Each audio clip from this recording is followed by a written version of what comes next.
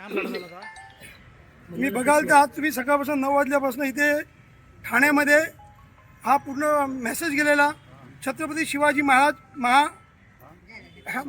स्वराज्य समाधान शिबिर अभियान हे महाराष्ट्रातर्फे लावण्यात आलेलं आमचे लाडके मुख्यमंत्री देवेंद्र फडणवीस साहेब यांच्या वाढदिवसानिमित्त हा कॅम्प होता। तुम्ही बघाल की आज इथे सरळ दिसत आहे की ठाण्यामध्ये भेदभाव चालू आहे।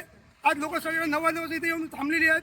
कलेक्टरच्या इथं कुठलीही आम्हाला सांगण्यात आलं नाही की तुमचा कॅम्प कॅन्सल केलेला आहे, कोणी कॅम्प कॅन्सल केला आणि का केला याचं उत्तर त्यांना द्यावं लागेल। आम्ही बावनकुळे साहेबांना आज इथे आमची भारतीय जनता पार्टीचे जे आम्ही लोक आहोत, जे कार्यकर्ते आहोत, ते आम्ही पत्र देणार आहोत की जर का तुम्ही असा भेदभाव करत असाल तर आम्ही लोकांसमोर काय संदेश द्यायचा। आज जर का तुम्ही शासनाचा कॅम्प कॅन्सल करत असाल तर पुढे आम्ही लोकांना उत्तर द्यायचं। सर्वप्रथम तर मी नागरिक आमचे आलेले हे ज्यांना ते काम होतं त्यांची मी माफी मागतो हात जोडून, कारण त्यांच्या जे समय जे बिचारे लांबून आलेले, कोण लोकमान्य नगरने आला, कोण वर्तनगरने आला, कोण बघा पुऱ्या ठाणे शहरामध्ये लोक इथे जमा झालेले ओला माझीवाडा विधानसभामधनं ओला माझीवाडा जेवढे नागरिक आले त्यांची सर्वांची माफी मागतोय की तुम्ही त्या याची काळजी घेऊ नका। पुढच्या कुठल्याही वीकमध्ये आम्ही माननीय आमचे तिन्ही आमदार आणि जिल्हाध्यक्षांना विचारून हे कॅम्प परत लावण्याचा प्रयत्न आम्ही करणार आहे। आणि जे काय झालं आहे ते बरोबर झालं नाही आहे, त्याचा आमच्या लोकांनी आता निषेध केला, त्याचा मी पण निषेध करतो। भारतीय जनता पार्टी अनुसूचित जाती मोर्चातर्फे ठाणे शहर जिल्ह्यातर्फे त्याचा आम्ही निषेध करतो। असा होता कामा नये, कारण काय हे महायुतीची सरकार आहे, युतीची सरकार आहे। कलेक्टर महोदयांनी याचा विचार केला पाहिजे, याचा आम्हाला विचार करायला लागेल त्यांच्याबद्दल।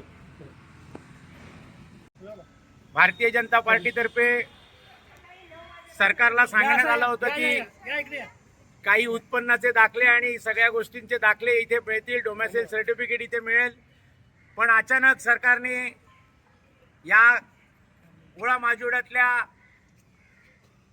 काही लोकांनी हा कॅम्प इकडून तिकडे हलवला, भाईंदरसाठी नेलेला आहे। हे अतिशय योग्य नाही केलेलं आहे सरकारने।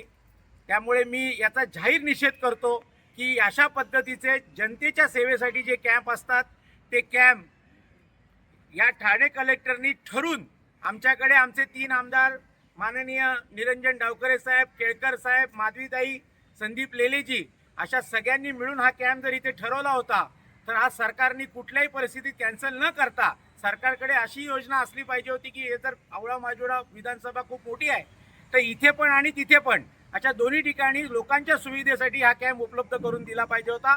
हा भेदभाव जर सरकार करत असेल तर मी त्याचा जाहीर आज निषेध करतो।